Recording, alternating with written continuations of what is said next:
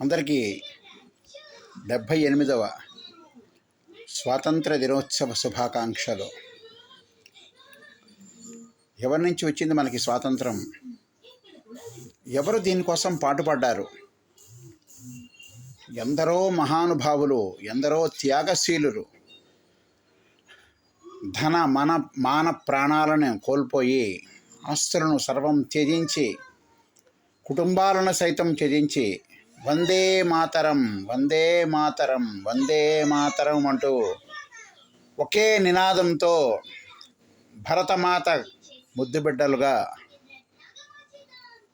త్యాగాలు చేసి మనకి ఆంగ్లేయుల నుంచి స్వాతంత్రాన్ని తెచ్చిన మహనీయులు ఎందరెందరో అందరూ మహానుభావులు. అందరికీ వందనములు. వారందరూ ప్రాతస్మరణీయులే. అంటే మనం నిద్ర లేచిన వెంటనే తెలుసుకోవాల్సినటువంటి మహనీయులు ఎందరెందరో ఉన్నారు. ఎందుకంటే సూర్యుడు ఉదయించినటువంటి, అసలు ఎంత దారుణమైనటువంటి పరిస్థితుల్లో ఆంగ్లేయుల నుంచి మనం స్వాతంత్రాన్ని పొందగలిగాము అందరికీ తెలిసిన విషయమే. దాదాపుగా 1947 ఆగస్టు 15 మనకి స్వాతంత్రం వచ్చింది. కానీ సంపూర్ణ స్వాతంత్రానికి రావడానికి ఇంకా కొంతకాలం టైం పట్టింది. జనవరి 26 మనం రిపబ్లిక్ డేగా చేసుకుంటున్నాం. అప్పటి వరకు కూడా మనకి అప్పుడు మనం పూర్తిగా విముక్తులమయ్యాం. 26వ తారీఖున మనం రిపబ్లిక్ డే, గణతంత్ర దినోత్సవం జరుపుకుంటాం ఆ రోజు. అసలు భారతదేశం అంటేనే ఒక త్యాగభూమి, యోగభూమి, తపోభూమి, అందరికీ తెలిసిన విషయమే. మన భారతదేశంలో ఎందరెందరో మహనీయులు, ఋషులు, యోగులు తపఫలితమే మనం ఈనాడు అనుభవిస్తున్నటువంటి ఈ ప్రశాంతత. ఎందరెందరో వారి జీవితాలను త్యాగం చేశారు మన భారతదేశం కోసం. మహాత్మా గాంధీ, జవహర్లాల్ నెహ్రూ, సర్దార్ వల్లభాయ్ పటేల్, సుభాష్ చంద్రబోస్,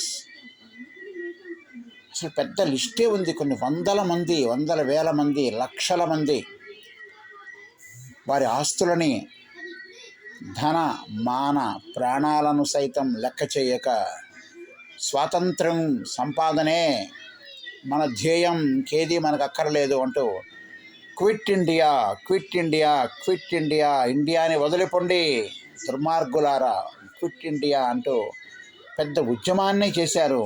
ఎంత పెద్ద ఉద్యమం అంటే అది మొత్తం దేశమంతా తరలి వచ్చింది.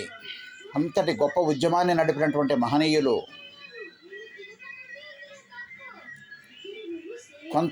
కొంతమంది పోరాడితేనే స్వాతంత్రం వస్తుందని, మరికొందరు అహింసతోనే స్వాతంత్రం వస్తుందని, ఈ 2 రకాలుగా యుద్ధం చేశారు.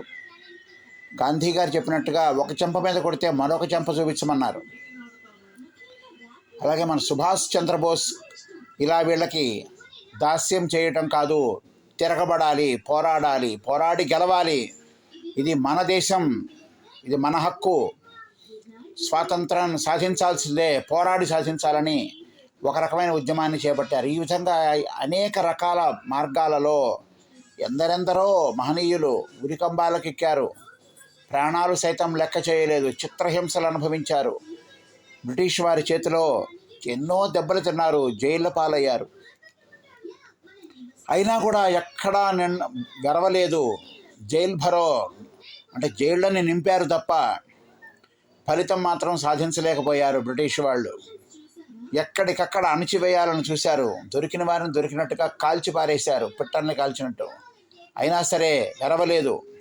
ప్రాణం పోయినా పర్వాలేదు, మన దేశం మనకి దక్కాలి, దుర్మార్గులు ఆంగ్లేయుల పాలన అంతమవ్వాలి అని వన్నెం వీరుడు అల్లూరి సీతారామరాజుని మట్టుపెట్టారు.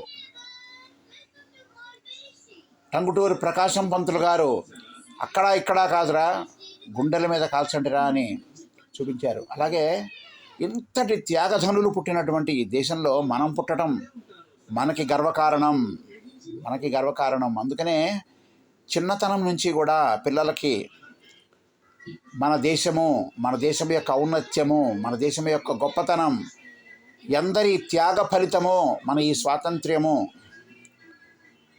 అని ప్రతి క్షణం మనం పిల్లలకి తెలియచేస్తూ ఉండాలి.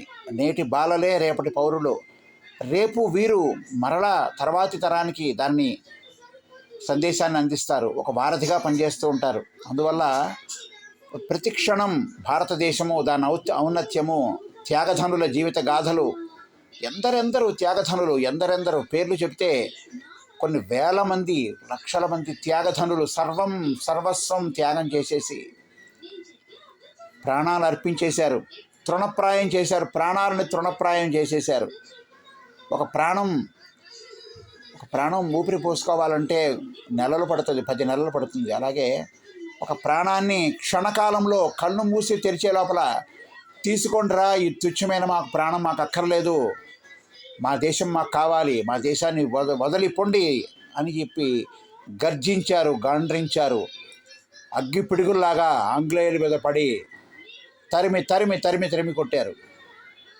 నాటి ఫలితమే నేటి మన ఈ స్వాతంత్రం. మనం అనుభవిస్తున్నటువంటి ఈ మధుర ఫలాలని తరువాతి తరాలకి కూడా ఎంతో జాగ్రత్తగా అందించాల్సినటువంటి బాధ్యత మనందరి మీద ఉంది. యువత ప్రక్కదారి పట్టకుండా బంగారు భవిష్యత్తుని పొంది భారతదేశానికి పట్టుకొమ్మల యువతే కదా. యువత ఉంటేనే భారతదేశం అభివృద్ధి చెందుతుంది. యువత ప్రక్కదారి పడితే భారతదేశం యొక్క ఔన్నత్యము, గొప్పతనము, శక్తి క్షీణిస్తాయి. కాబట్టి యువతని ప్రోత్సహించాలి. ఉక్కు నరాలు వేడి రెత్తురుతో ప్రవహిస్తున్నటువంటి వారి ఉడుకు రక్తాన్ని సవ్యమైన మార్గంలో పెట్టినప్పుడే భారతదేశానికి నిజమైన స్వాతంత్రం వస్తుంది.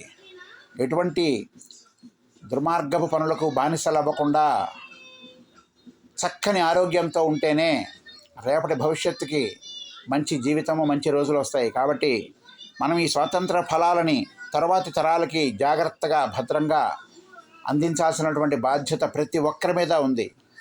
అందువల్ల 78వ స్వాతంత్ర దినోత్సవ శుభాకాంక్షలు తెలుపుతూ జై హింద్.